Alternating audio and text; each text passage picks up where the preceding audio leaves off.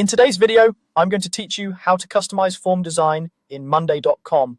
First, open monday.com and sign into your account. Make sure you're in the workspace where your form lives. If you're part of multiple teams or boards, double check that you're on the right board so the changes you make apply to the correct form. Next, look to the left side of your screen and locate the form you want to update. Click it to open the form view. If you're managing several forms, it helps to name them clearly so you can find the right one quickly. Once the form is open, you'll see its live preview, which is useful as you customize the look and feel. At the top, select the option to customize form design, then choose the Design tab. This is your control center for visual changes. It organizes the key styling options so you can move methodically and see updates immediately as you tweak settings.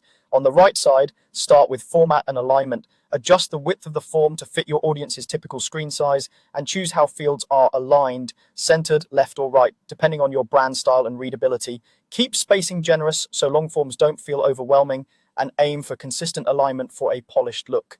Now, customize the theme. Pick a color palette that matches your brand. Use a strong accent color for buttons or highlights and a neutral base for backgrounds and field areas. Contrast is important for accessibility. Ensure text is readable against your background colors. Move on to the background. You can keep it simple with a solid color or choose an image for more personality. If you use an image, select something high resolution and not too busy.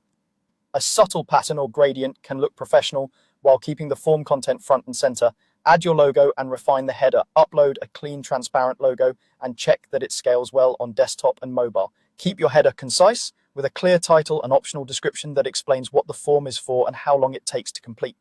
Choose your fonts next. Select a readable typeface for body text and a complementary style for headings. Stick to 2 font styles at most to maintain consistency. Adjust sizes so labels help a text and buttons are easy to scan.